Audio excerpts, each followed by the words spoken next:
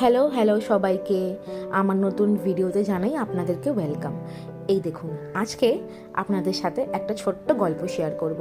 দেখছেন আমার হাতে কি আছে? এগুলো হলো পাম লিভস, মানে হলো তাল গাছের পাতা। এটা আসলে কি বলে দিই, এইটা হলো চার্চ থেকে দেওয়া হয়েছে। হ্যাঁ, সৌরভ চার্চে যায়। এবার আপনারা মনে করছেন আমি তো হিন্দু দেবদেবীর পূজা করি, কিন্তু সৌরভ চার্চে যায়। আসলে কি বলুন তো, ধর্ম ঈশ্বর যার যার তার তার, যে যাকে ভালোবেসে পুজো করে, কোনোভাবেই কারোকে বাধা দেওয়া উচিত নয়। যাই হোক না কেন, তো এই পাম সানডে হলো গুড ফ্রাইডের আগের সপ্তাহের রবিবারটা।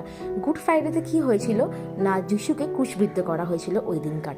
আর ঠিক তার ওই ক্রুশবিদ্ধ দিন বা গুড ফ্রাইডের আগের ঠিক রবিবার দিনকার, তখন যিশু খ্রিস্ট জেরুজালেমে প্রবেশ করছিল রাজার মতো করে।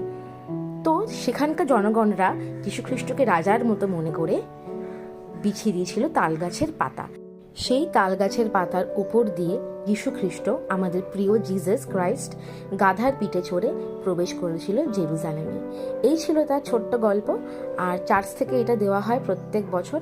এখনও এই রবিবার দিনটিকে, মানে গুড ফ্রাইডের আগের রবিবার দিনটিতে ওই পাম সানডে হিসেবে পালিত হয় প্রত্যেকটা চার্চে।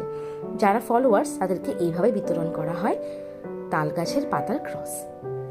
ছোট্ট করে বললাম গল্পটি, কেমন লাগলো জানাবেন।